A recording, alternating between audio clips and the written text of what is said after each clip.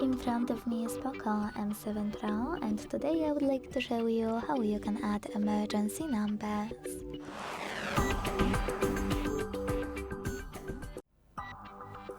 Begin by opening Devices Settings.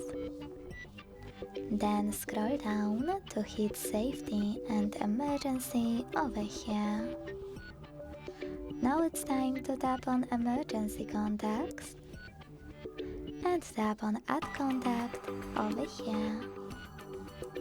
Finally, tap on the one you wish to add, and then do exactly the same with all the other ones you need.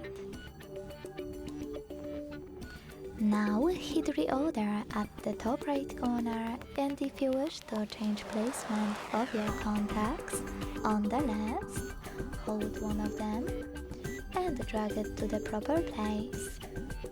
To discard your changes, hit X at the top left corner.